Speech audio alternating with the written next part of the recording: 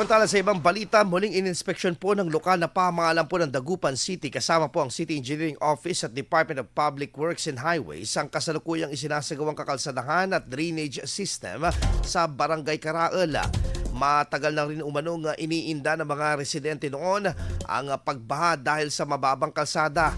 Nasa phase 4 na po ang nasabing konstruksyon at nagkaroon pa ng karagdagang pondo para mapataasan ang buong kalsada kasama na ang tulay na bahagi ng krika.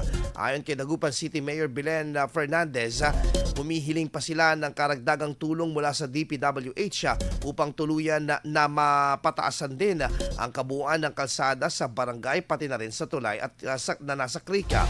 Pag-aaralan upano ng DPWH at magkakaroon po ng survey ukol sa proyekto upang malaman ang gagawin sa karagdagang pondo sa kalsada at mainam na pagpapalit sa nasabing tulay.